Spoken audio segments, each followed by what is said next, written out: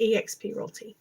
And I was trying to record this video, but apparently I'm going to need to clean my phone out. My phone must be full because it says that my storage ran out. So I'm going to have to do that.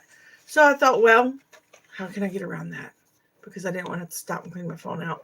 And the only thing I thought to do would be just to go live. So I'll be live for the next few minutes.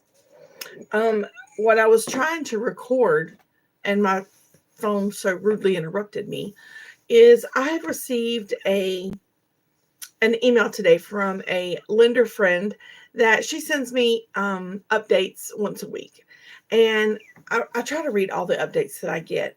And something jumped out in the update that I received today. Oh, let me get back to my data. Okay. In the update that I received today. And in that update, it was saying that sellers outnumber buyers by over 30%. Actually, it goes on to say 33.7%. And I thought, oh no, that data is definitely not right.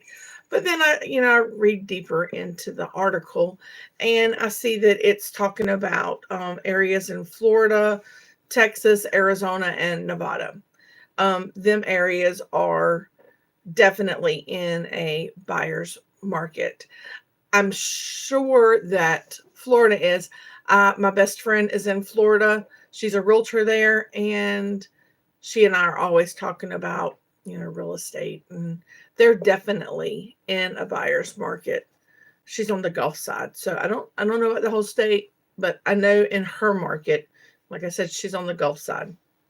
I thought that I would take that article though, because now I'm sure this lender is in different markets. I'm sure that she's, in different states. A lot of lenders are licensed in multiple states. So I'm sure that she's probably licensed in these states, or at least in a lot of them. And that's why she's included these data points in her email today. But I thought, you know what? I know that she's, active in the North Carolina. And I was like, well, I don't want information to get out there that, North Carolina is in a buyer's market, because we're not there yet. We're just not there yet. So I thought, let me go ahead. I want to go look at this data points. So I geeked out this morning and pulled up all of my data, and I went through it. And it looks like that in the Triad, I've got data right here that I'm looking at. So it looks like that in the Triad, the absorption rate for the Triad is 42%. So I thought, okay, well, that's definitely above 20%. So we're for sure still in a seller's market. We're deeply in a seller's market.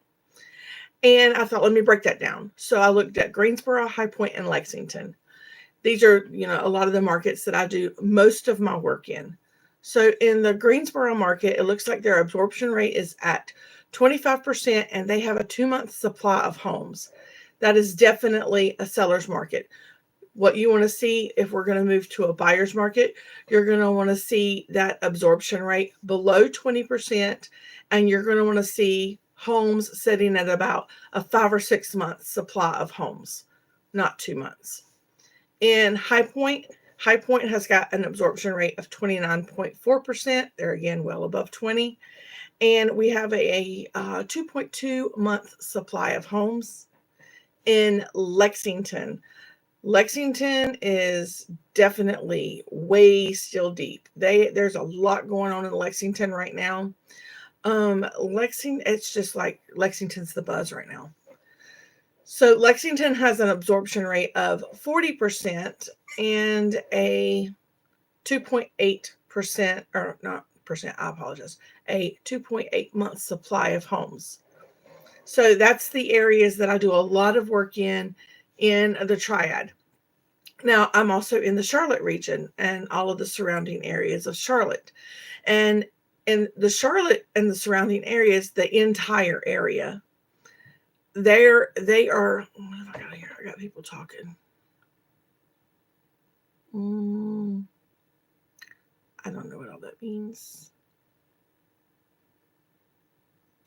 So in the Charlotte and surrounding regions, their absorption rate is sitting at 23%, and they've got a 4.8 month supply of homes, which is, they're moving closer into a buyer's market than the Triad is. And then I looked at Indian Trail, North Carolina, just to see where they're at. And Indian Trail has got a 3 month supply of homes. So they're not, as far as, getting closer to a seller's or a buyer's market as Charlotte is, but still, these areas are closer to a buyer's market than the Triad.